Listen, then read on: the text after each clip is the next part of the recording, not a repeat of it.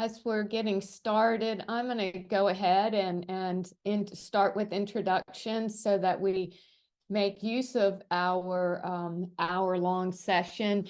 I'm Patty Koval, the Director of Member Engagement and Learning with Virginia Funders Network, and just wanted to thank you again for joining us today in our special edition of Impact Investing Office Hours. And to kick it off, I'm going to turn it over to Stephanie Randolph, who is the Deputy Director of the Cassiopeia Foundation in Charlottesville.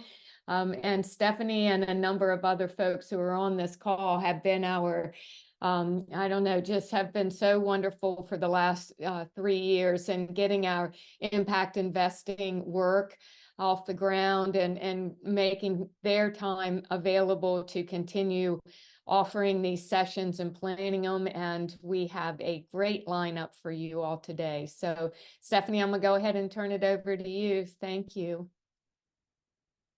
Well, thank you, Patty, and happy Leap Day to everybody who is here. This day is always a little special in my mind, since it only comes around every 4 years. As Patty said, my name is Stephanie Randolph. I am not a finance person.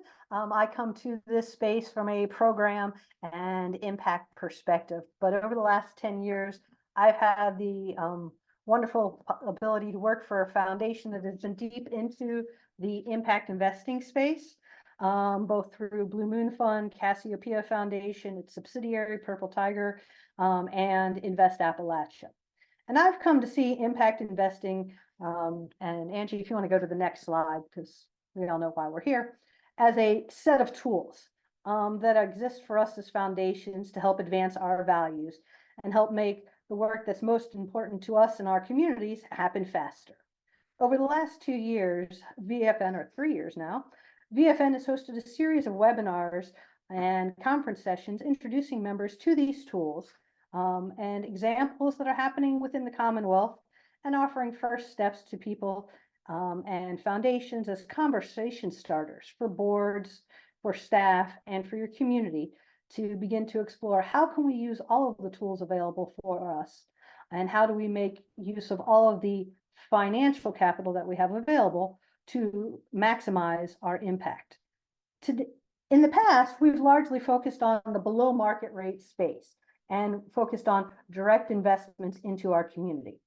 Today, we're going to shift it up a little bit and move into the market rate space and begin to look at how can we begin to make investments that align with our values. And we'll shift to the next slide. And there's a kind of a dynamic that we've looked at that people are looking at sometimes, thinking about the impact first perspective, which is those below market rate investments where we are primarily thinking of our impact, and then moving across the spectrum to our finance first. And how do we as a foundation balance our 95%, that endowment or our corpus, with that 5%? And as we have all been learning over the last several years, they don't have to be separate.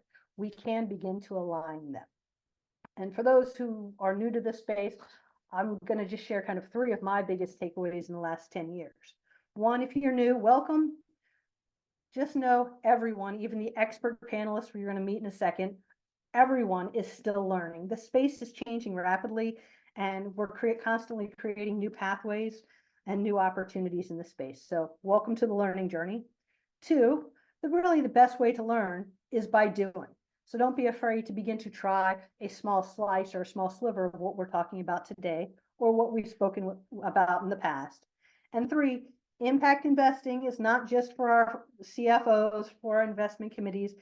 It happens best when we bring in our program staff and our finance staff, and when we talk about where our values and our fiduciary responsibilities align.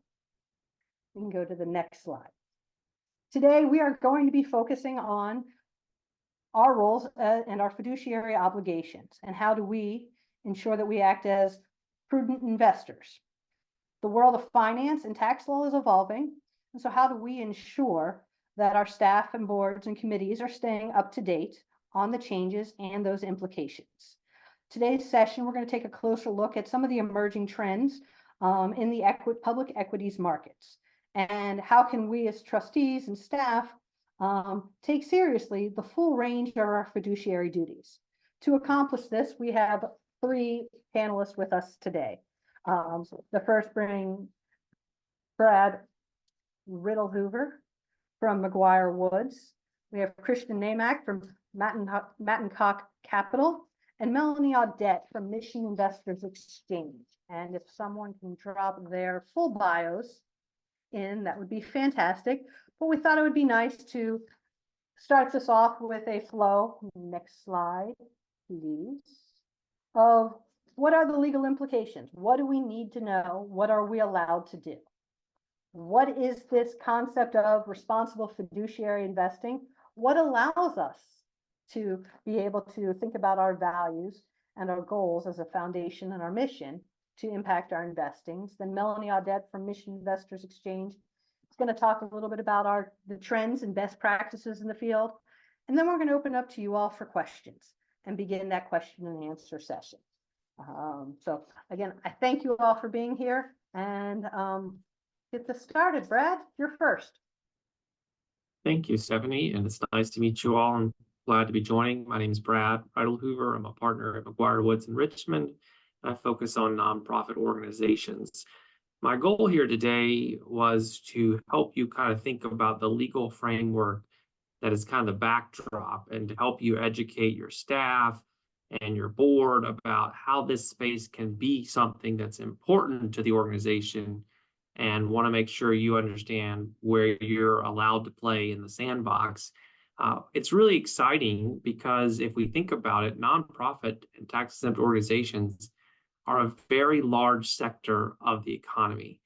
The IRS statistics back in 2019 says there's $4.8 trillion of assets held by public charities. And, obviously lots of dollars held by private foundations. And so it's a big number out there. And so the question is, what are we going to do to deploy these assets? And obviously you have your grant making and you want to continue to do that. So the goal here is to come up with, what ways can we invest to help get those returns, to be able to make the grants that we're typically doing? And is there any other segment where we can also provide an impact through our investing? So when we're going through these slides, we're going to focus on a couple of the legal parameters you got to stay within. So let's flip over to slide 6 and think about, what is our goal here? So we're looking at, keep going. One more slide, please. All right. So you guys as private foundations, your board, your staff, you're the fiduciaries. Your job is to guide this process. And we're really going to look closely today at the Uniform Prudent Management of Institutional Funds Act, which is just an exciting read. If you've never read it, I would highly encourage you to do it right before you want to go to bed. UPMIFA is what we refer to it as. So we're going to say that phrase, but I wanted to spell it out once because that's about the only time we'll remember what all the words say to make up UPMIFA. All right, the next slide, we got a short amount of time, so I want to go through the simple stuff quickly and focus on the examples. Again, fiduciary, your directors, trustees, officers, staff. Next slide, if you don't mind. All right, when you're thinking about big picture, you all know that when you sign up for a nonprofit and you're a fiduciary in these roles, you have 3 overarching duties that everyone thinks about: duty of care, duty of loyalty, and duty of obedience. These are pretty common sense things as far as how you should be acting. The common examples where there's a problem, you use the money for your personal benefit, right? That's easy, and that's not what we're talking about here today. So thinking about how you can further your mission, but obviously recognize you've been entrusted with these funds, and your goal is to meet your mission and deliver the programs the way you want per your founding documents, governing documents. So the duty of care, acting like an ordinary prudent person; duty of loyalty, act in the best interest of the institution rather than your personal; and obedience, you're going to apply with laws, including policies, and which we're going to talk today a little bit about investment management. So that's kind of the state law overarching rules that we play with as far as day to day. But let's focus a little more closely on specifics that come with investments. So the next slide again, repeats that MIFA exists, and it replaced a prior act and had some clarifications we're going to talk about. But 49 states, including the District of Columbia, have adopted a version of MIFA, and it's now kind of what we all go by when we're thinking about our process for investments, our process for spending.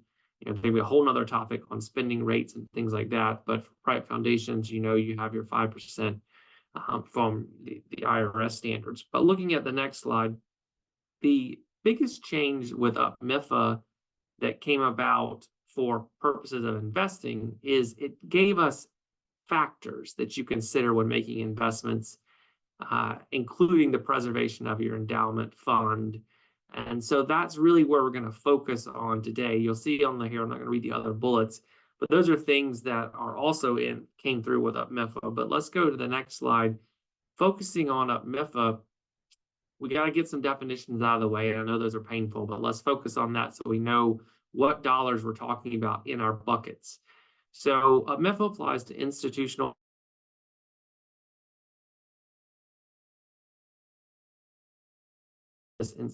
funds bucket with a few exceptions. The first exception is program-related assets.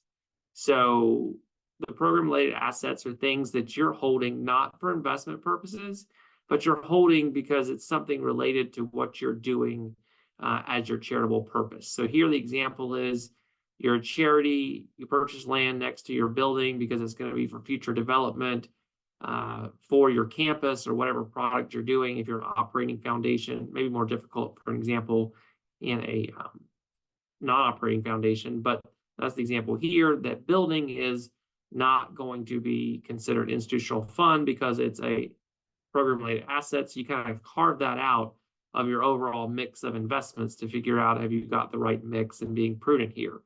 Other examples are money that's going to come into you, and those are more important for the public charities where they have trust or other things that they're the beneficiary of. So let's go to the next slide. And I'm going to let Christian and others talk about these in more detail, but again, just definitional. Program-related investment means something where it has these three qualifications. The primary purpose is the accomplishment of your exempt purpose, not return on investment or production of income or appreciation of property. And so that's program-related. So my example here, I was working with a client recently who is a senior living facility, and they were debating an investment in a piece of land nearby their campus. And the question was, well, what is the reason we're going to invest in it? And I was having a discussion with the board because it was a big dollar amount. It was going to take a large chunk out of their endowment.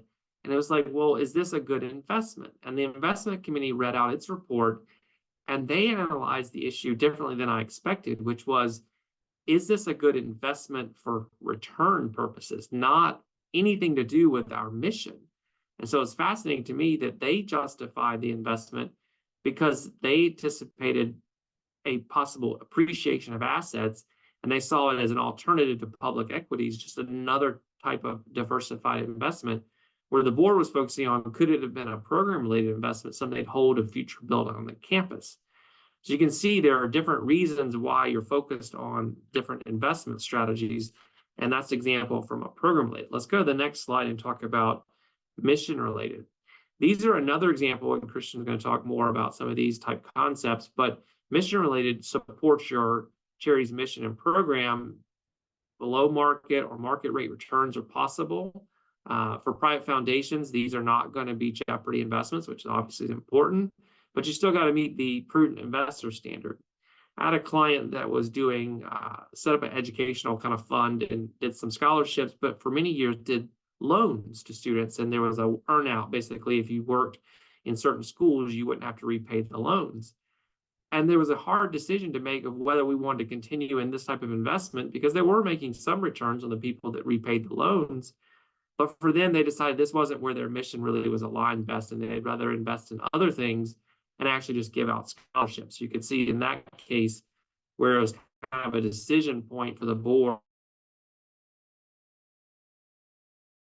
on what to do about your buckets, because as a private foundation, you may have different types of funds. You may have an endowment, and you got to decide on your endowment how you're going to invest that.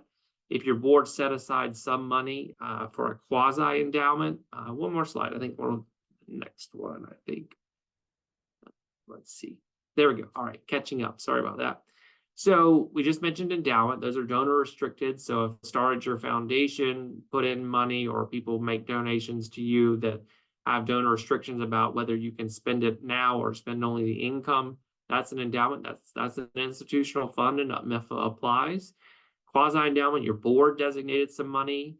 That is not considered an endowment for MIFA rules, but it still must be invested per your MIFA with regards to other institutional funds.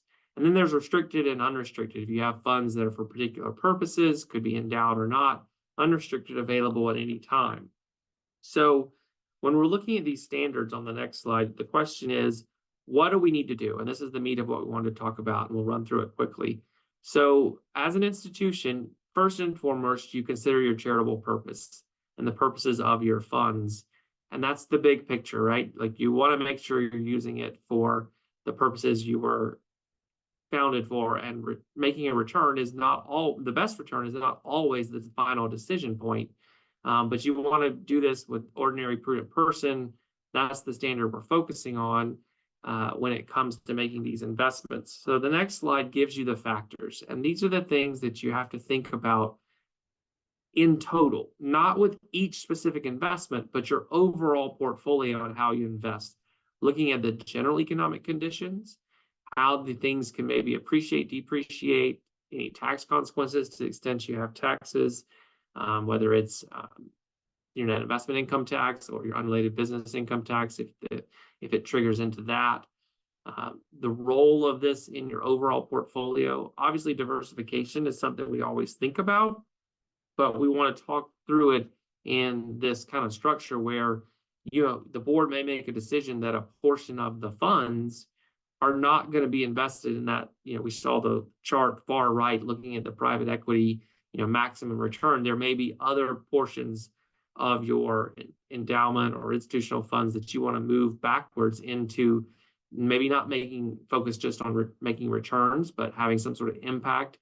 And that's really what I'm going to now turn over to Christian and talk about, is kind of how that bucket of money, once you decide how much it is, what are you going to do to deploy that so that you can make a greater impact in your community and the areas that you're focused on. So for the board, it's coming up with how much of your overall portfolio you want to designate for this kind of concept, obviously knowing you want to generate enough returns to continue the endowment going forward. So Christian, I think we got 2 more slides, and then we'll turn it over to you.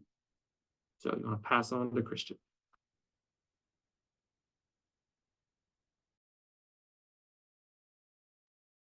Great, thank you. Thanks, Brad.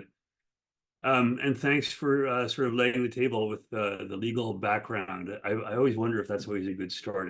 It might scare people, but it's obviously important that we get the legal framework down. My name is Christian Namak, as Stephanie said, and I have my own firm called Matinacock Capital. I'm in New York. The reason I'm here at the VFN is that I went to UVA, class of '85. And I know Paul Nolde, who I see is in the audience, and I speak at his impact investing class at the Batten School every spring. So I'll be down there in May, I suppose. And I've spent my 35-year career, I'm 61, in the institutional investment space. And I've worked for asset managers. I've worked for a firm called Bernstein that later became Alliance Bernstein. I worked for an agglomeration of firms that were bought and pulled together by Merrill Lynch, called Merrill Lynch Investment Managers, then sold to BlackRock. So I know a lot of the senior brass at BlackRock, although they're all retiring at this stage. And then I went to work for a few big asset owners. I worked for the Swedish government pension system. I worked for a big insurance company, and in both cases, I was in charge of investing the money. And at the tens of billions of dollars scale. And now most recently, I sit on a few boards. I've been on the board of a college in Kentucky called Berea College, $1.5 billion endowment. And I sit on an art board on Long Island, and yeah, so I'm also a fiduciary of some foundation money, and a family office of my part of my family. We can go to the next slide, please. I'm going to zoom out a bit, and I'm going to talk about some terms, because impact, as Stephanie said, impact investing is newish. I also think it's wildly misunderstood.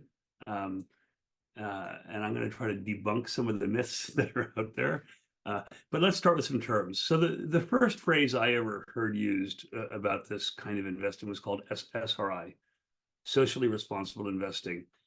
And I usually heard it with regards to certain public pension funds. So again, I'm a New Yorker by birth. I'm American, but I did a lot of business in the Netherlands and in Sweden. And those countries kind of early on, like back in the 80s, thought, we're public pensions, we're responsible for, public money. And we probably shouldn't have things that have child labor in our portfolio or that pollute. It's bad for our society long term, and it's therefore probably a bad investment long term. So they were among the first big investors to think about social issues.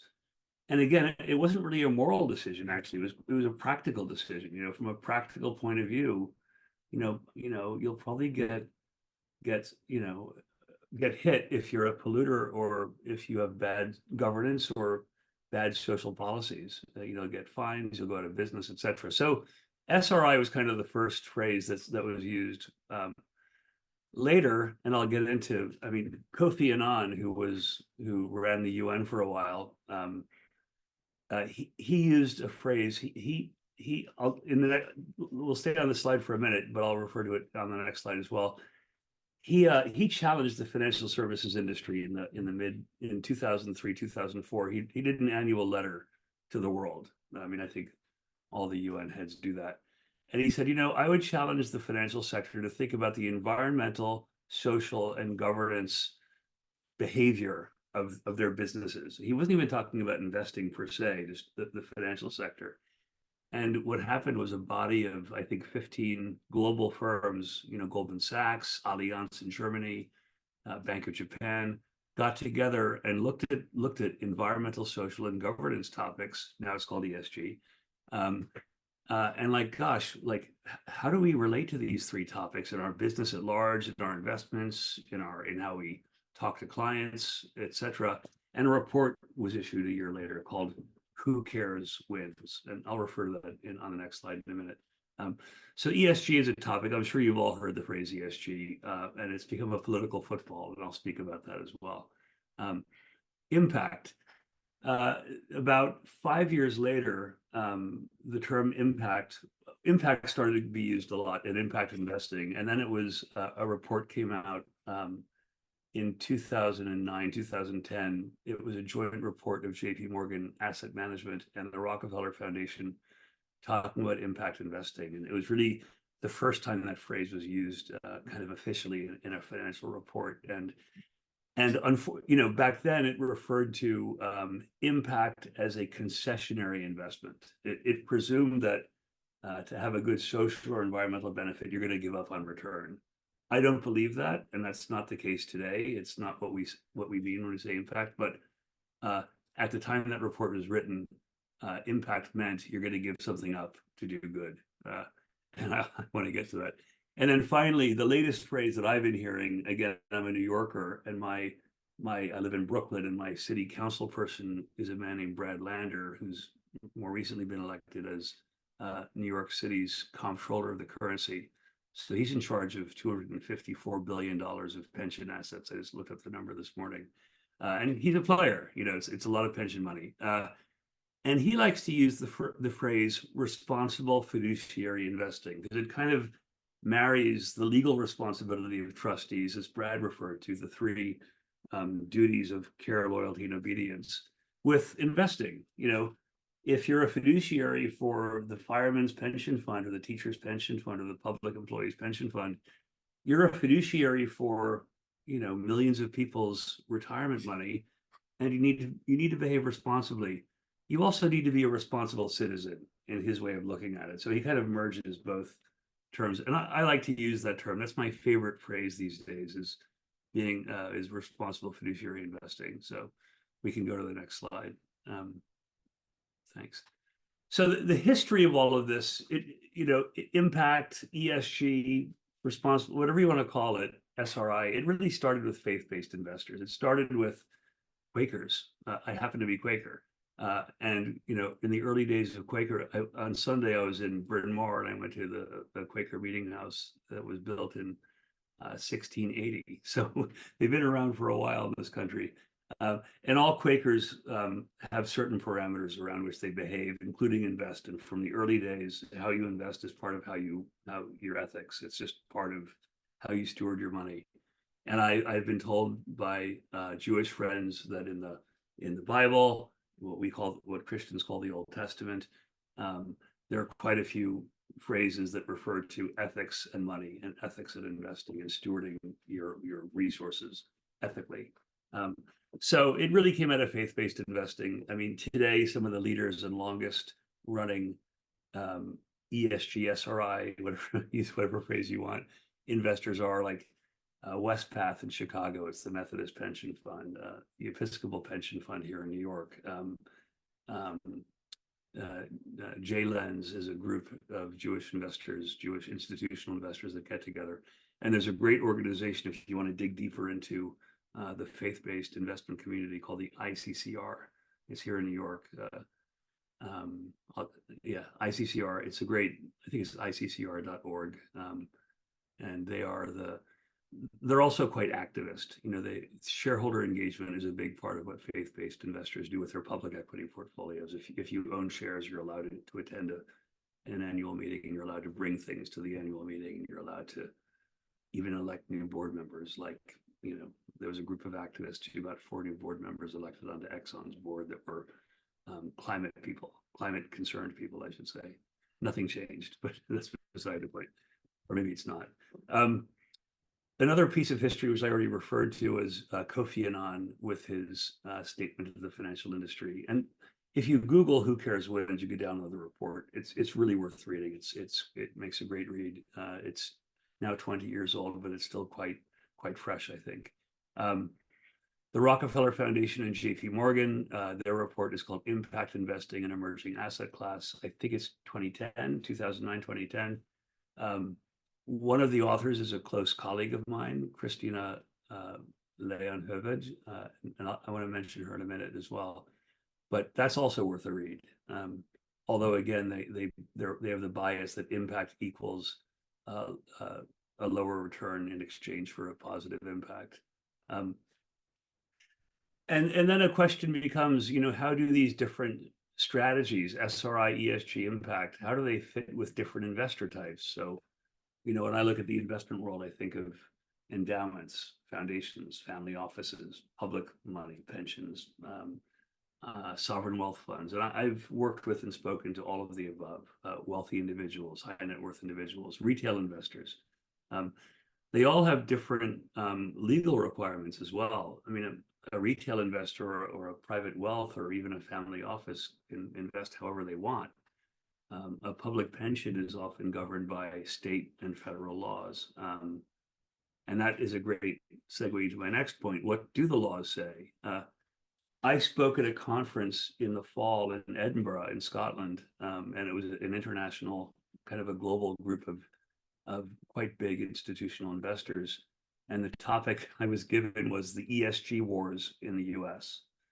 Because people from outside of the US, they're just watching our country, the polarization of our country, and including how that affects investing. And a number of states, including Virginia, have made it, the state attorney general has made it illegal for trustees of public pension funds to look at ESG factors, to look at environmental, social, or governance factors.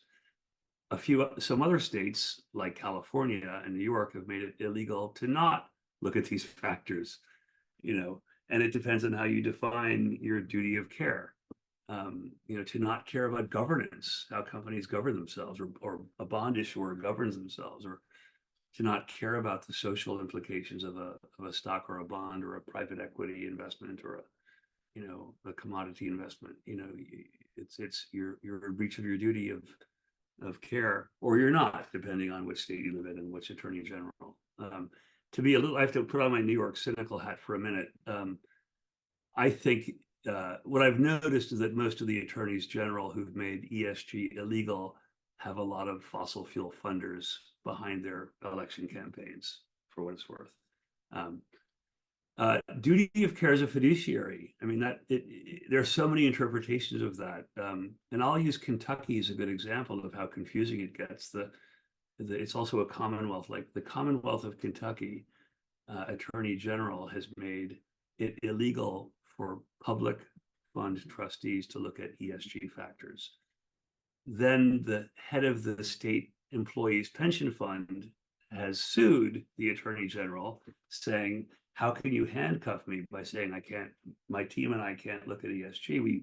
We want to. We think these are important metrics to understand if an investment is good or bad. And so there's a lawsuit between the state pension fund head and the Attorney General's office in Kentucky on both sides of this coin. So it's a moving target. Next slide, please. So this slide you'll see this slide in almost every deck that talks about impact investing. It's kind of the continuum. This is a simplified version. I lifted it out of the Lumina Foundation's annual report. And if you look all the way to the right at the gray box, traditional endowment investments, if you ignore ESG, impact, all of that stuff, in the old days, it was 60-40, 60% stocks, 40% bonds, buy large cap safe stocks, buy government bonds and fall asleep and you're good. That's changed a lot. And especially for foundations that also have missions. And I'll use the Rockefeller Foundation as a great example of this. Rockefeller money obviously was originally fossil fuel money, oil money. And 15 years ago, the trustees of the Rockefeller Foundation voted, including many family members who sat on the board. I know a few of them, and I know who was chairman at that time. They voted to take all fossil fuel related stocks and bonds and private equity out of the portfolio to decarbonize. And they were with an outsourced CIO firm actually based in Charlottesville called Investure. And they called the woman who ran Investor and said, listen, our board has decided that it's not ethical to be invested in oil stocks because we give money to projects that are about cleaning the environment, yet we're invested in fossil fuels. It's ironic. It's, one hand is undoing what the other hand is trying to do. Our programs don't match our investments, and it's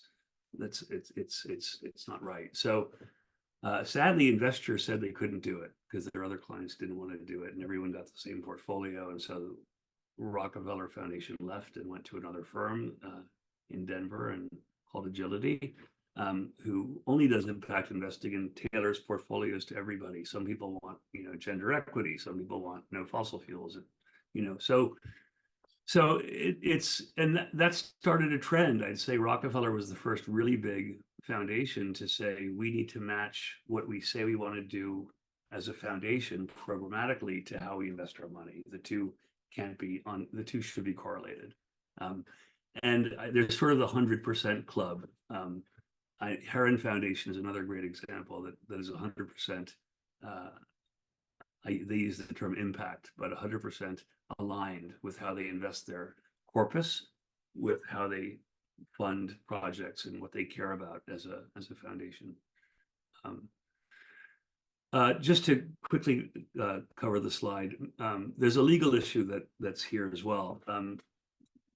If you're a nonprofit, I'm not a lawyer, but obviously foundations by law, to retain their nonprofit status have to gift 5% every year. And in grant making, historically in grant making, at some point they lobbied the IRS, and PRIs, program related investments, got added to the 5% list. And a PRI is an investment that will likely lose money, but like a no interest loan or I think Stephanie referred to, or someone referred to this lending money to students that they might pay back, they might not, or they might do work instead. That's what we call a PRI, and it counts against the 5% that foundations must gift. I think, and a few of us think, that that's a bit unfortunate because it cannibalizes the grants that get made in favor of PRIs. Because if you care solely about the money, wouldn't you rather get some of it back than none of it back as a grant? So it's tricky. And an MRI, a mission-related investment, is to the right of that. It can't count against your requirement, but it's when you combine the mission of your organization to how you invest, like Rockefeller. So that's the continuum. You can go to the next slide.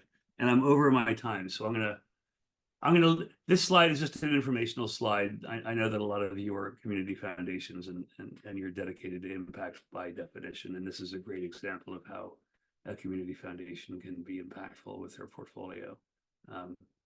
Next slide, please. That's the end. Sorry, I'm sorry I went over. I couldn't stop talking. Thank you. It's a great time to transition, though, to Melanie, and hear how are foundations applying all of this background and all of this history into real world in our daily lives and the tough choices boards and staff have to make. Next slide, please. Hi. Stephanie, we can probably take the slides down because we're going to veer into our Q&A, and I'm happy just to kind of open up the community and really invite people to start to chat together.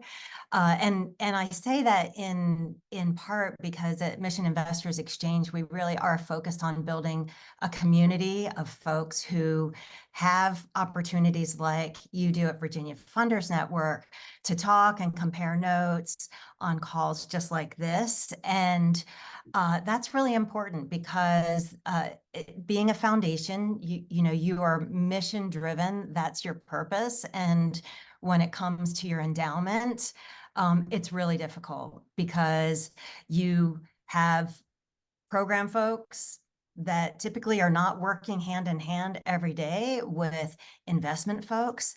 But now with our almost 300 organizations that are members, I cannot tell you how much the tipping point has turned to more integrated operations and foundations.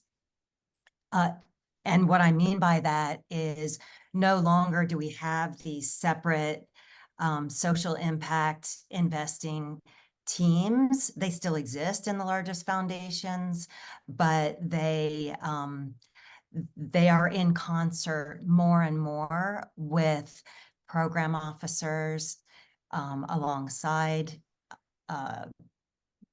financial officers, whether they're CFOs, strategy leads. In the old days of MIE, I've been there for almost 13 years now. Stephanie, you remember, I think you were there at the beginning as well. We only had these very specific teams coming out. Now we have just a lot of CFOs coming and learning. And of course, their background is in traditional finance. And this is where we come up against the rub when it comes to public equity investing, which is really the topic of this call, but it's really difficult to talk about this just on its own because it's all in the context of how are we fulfilling the purpose of our mission. And if you think about that Lumina slide where there were grants, PRIs, mission-related investments, and traditional investing, actually 3 of those buckets, including PRIs, are coming out of the endowment. At least half of the respondents to a recent survey here at MIE, they're carving out from their endowment to do their PRIs. It's not coming out of grant dollars in many, many cases. They're still doing their 5%. But then they're carving into the endowment for specific purposes, for PRIs, for mission-related investments, mostly in the private markets here. But when it comes to the public equity portfolio, we're just seeing, the barriers for doing this are, the expectation of loss of income and the risk perception, and more, even the most conservative types of investors, which would be pension investors or, investing your 401k, there are enough mutual funds in that case. None of them actually, in some examples I've seen, are called like green or ESG, but these funds can be, they can be analyzed by tools like FI 360 for all of the different categories that a fiduciary would want to look at, to understand how much of these funds is invested in the ways that you want them to be invested in accordance with your values or with your mission. But all of these funds, you're going to look for consistent long-term financial performance if that's the role that those funds have to play. At the same time, when you're looking at ESG, you're uncovering the hidden liabilities in those funds, and a good fiduciary uncovers the hidden liabilities. And these tools and your advisors should be able to help you to do that. And then you're just getting more data so that you can make better decisions. And that's very simple for any investor. I think you want all of those things. When it comes to foundations, we never really talked about ESG as being under the impact investing umbrella until maybe about 6 years ago, I'm guessing, because for impact investing, it was more intentional than we thought we could be with public equities. But with more and more investors really taking a role in shareholder activism with some successes, the public equities piece of our work really is quite important. And especially for those 100%ers that Christian mentioned, you have to deal with your public equities. If you're going to be 100% aligned, you have to be looking at what they're doing in your portfolio. Melanie, where do you find a foundation starts this journey? Yeah. Well, with your chief investment officer, whether they're outsourced or in-house, and obviously with your board and investment committee. If it's all about your environment, your context, you all are living in a place where you are subject to influences, public policy, that context is important.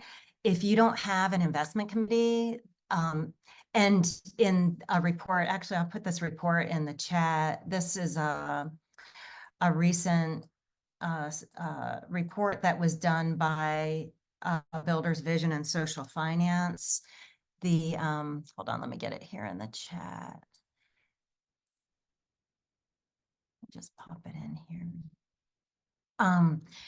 It's really clear that you can have either detractors from doing this on your investment committee or advocates.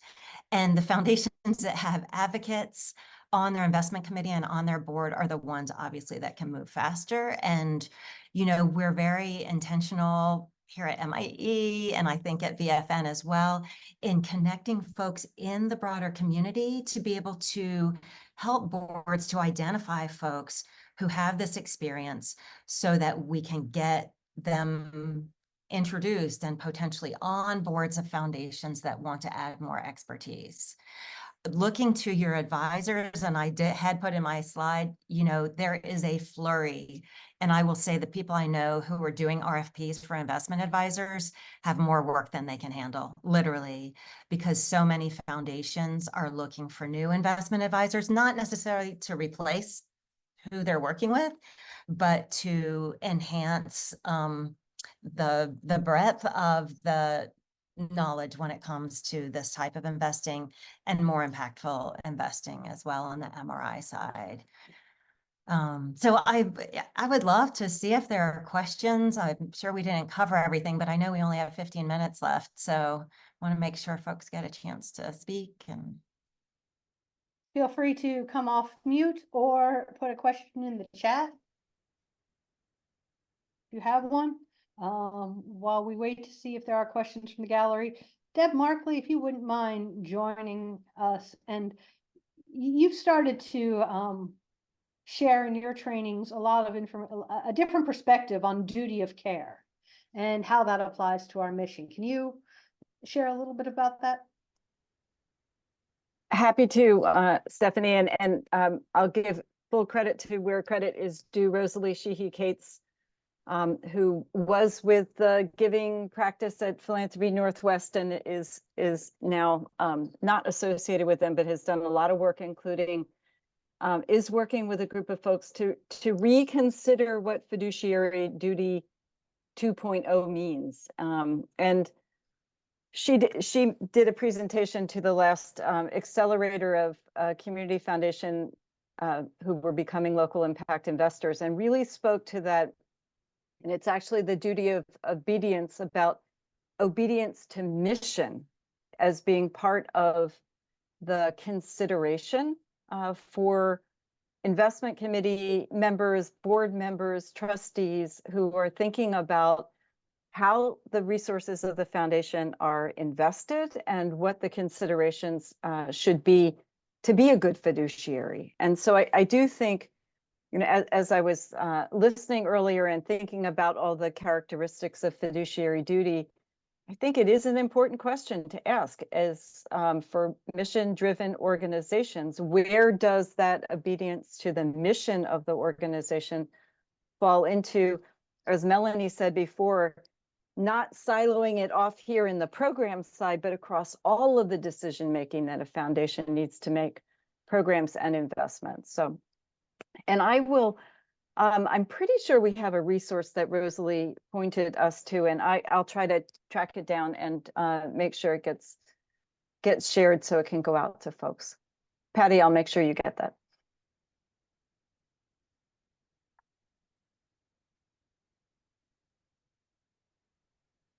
There was a bit of conversation about the challenge of ESG, and even the Attorney General here in Virginia had issued a warning to the largest asset managers in the country.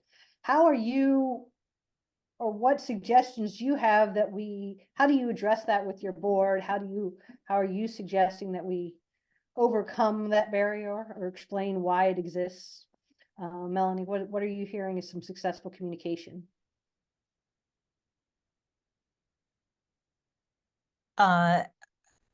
So what would the first steps be on addressing this with your board on ESG in particular?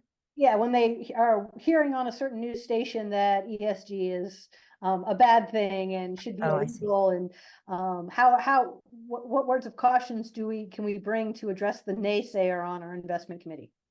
Yeah, that's a tough one, I will say, and what we've seen, you know, especially in family foundations, is bringing new voices to the table, which is not always easy when you don't have very much time with your board. But in family foundations, it's the younger generation who usually is pushing that. If you can get a board member or an investment committee member to come to something, which I know that's also a heavy lift. Undoubtedly, if they're a professional in the field, they have heard about it and they are subject to the political influences, unfortunately. And sometimes it's hard to break out of a regional perspective, but there are countless people in, you know, nationally in the MIE community, advisors that, you know, are specifically focused on this. And as I mentioned, the RFPs that are going out that are, you know, there's evidence here, both on, you know, not losing return on these funds. There's evidence that can be produced, but someone first has to be open to it. So usually it's that peer-to-peer. So getting other foundation fiduciaries in the same room with your foundation fiduciaries is the absolute best way to do it. We do trustee gatherings. We do that at our events every now and then, and we have you know, supported folks like you so that you can do it for your own community. It's most important for people who already have a level of trust with colleagues to be able to talk. And it's harder to like build that trust in a short term. So finding the advocates in your own community to have those conversations, even if they're informal, it's a first step, but it is hard to change when you have political influences that are really leading you down a path where you feel like you can't do it. I ESG is appreciate- harder, I think, than other types of impact investing, and maybe not as easy or worth the time. I'm not saying don't do it. I mean, you do need to have more data for more decisions, but maybe you don't have to call it that. I mean, it's just good investing. That's why we chose the term responsible fiduciary investing. Brad, I saw that you came off of the off of mute, and then we have one other question in the chat. Yeah, so I wanted to respond to Charles's question, which I think is a great question.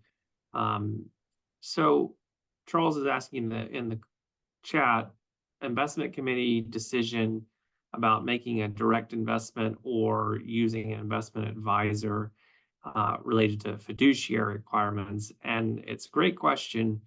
So under MIFA, you have the duty to manage and invest your institutional funds, as I mentioned. You're permitted under that standard to incur costs. So you could pay someone to help you invest. That's a permissible expenditure of your endowment. But there's no requirement that you have to use an external advisor. If your investment committee feels that it has the skills and ability to make those type of investments on its own, yes, if there's you feel comfortable with that and the board feels comfortable, that can be prudently done without hiring an external advisor. I think one person mentioned that having external advisors obviously opens up other options, so you got to balance that. But no, there's no requirement that you have to use an external advisor to comply with the fiduciary standards. So.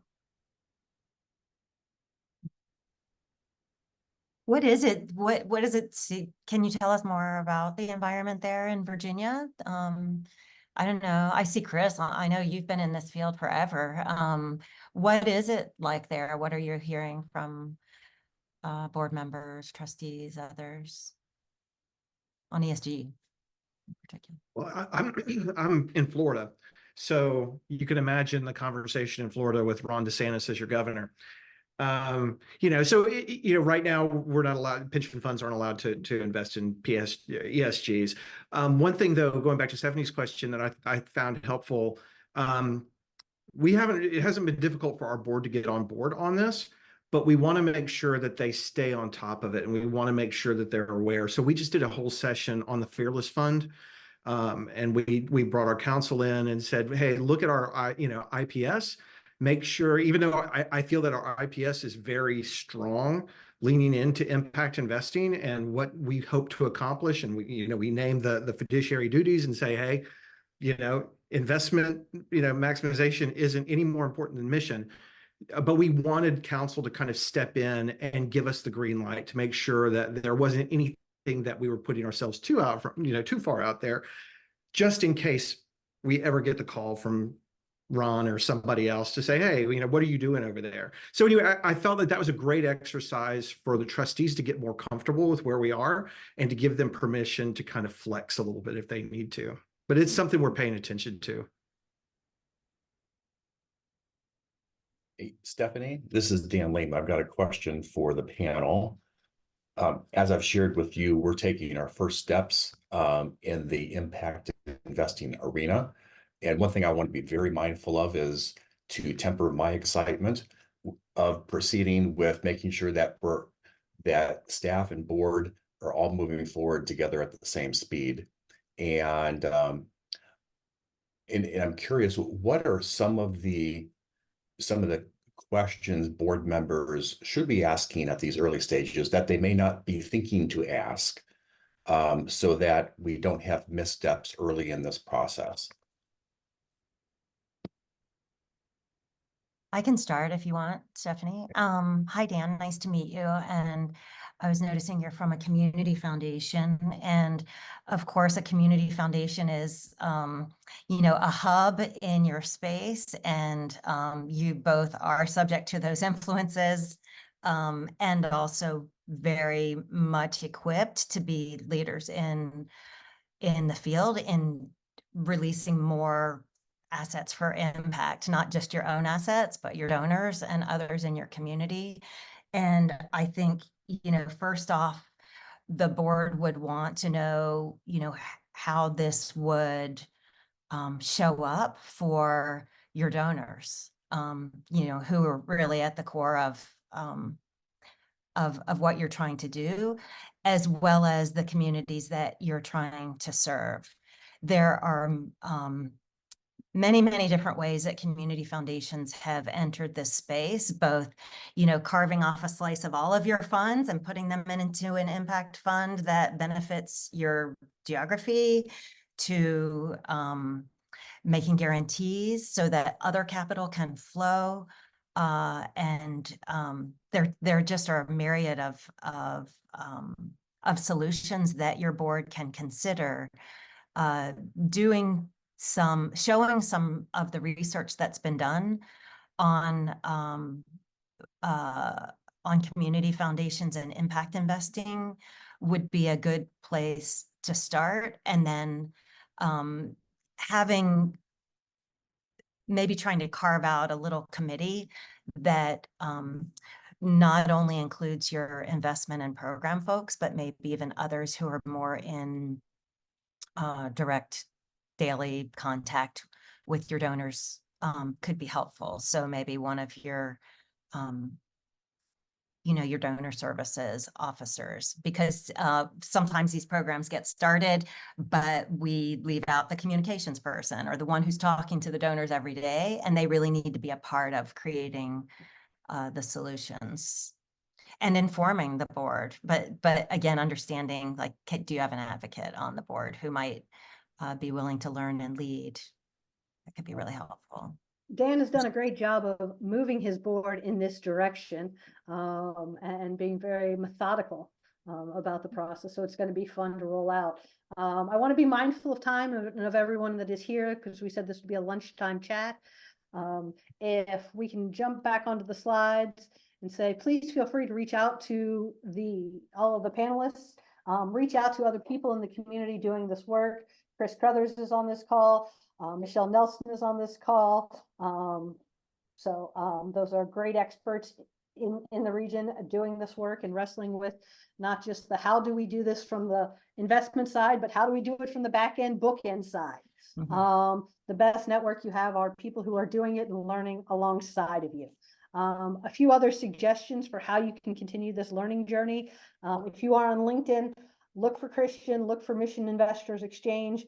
Those are great ways to just see what's going on in the news. Sign up for Mission Investors Exchange's newsletter as well, because I know you're all already on the VFN newsletter. Otherwise, you wouldn't know about this. There's a great website called As You Sow, and they do a lot of information on shareholder advocacy, which we slightly mentioned today, but we could do a whole new session on that. But I really like their Invest Your Values search, which breaks it down based on your values and helps you understand what's in these big ambiguous funds. Ethic TV has a lot of great video resources that are short sound bites, 2-3 minutes.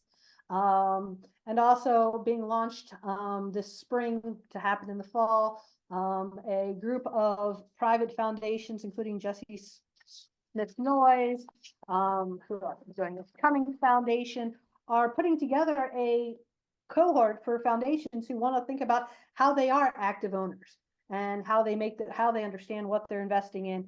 And if you want to be a part of that cohort, you can reach out to Eric Horvath, who's wonderful. And if you're curious about what we've been talking about from in Virginia Funders Network, go to their YouTube channel. All of these sessions have been recorded, and we will send you this recording hopefully tomorrow.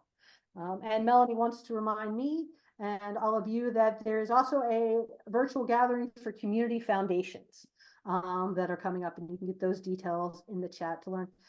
how you can really help as a foundation leverage at federal dollars. Lastly, most important plug is the VFN conference is happening May 6th through 8th.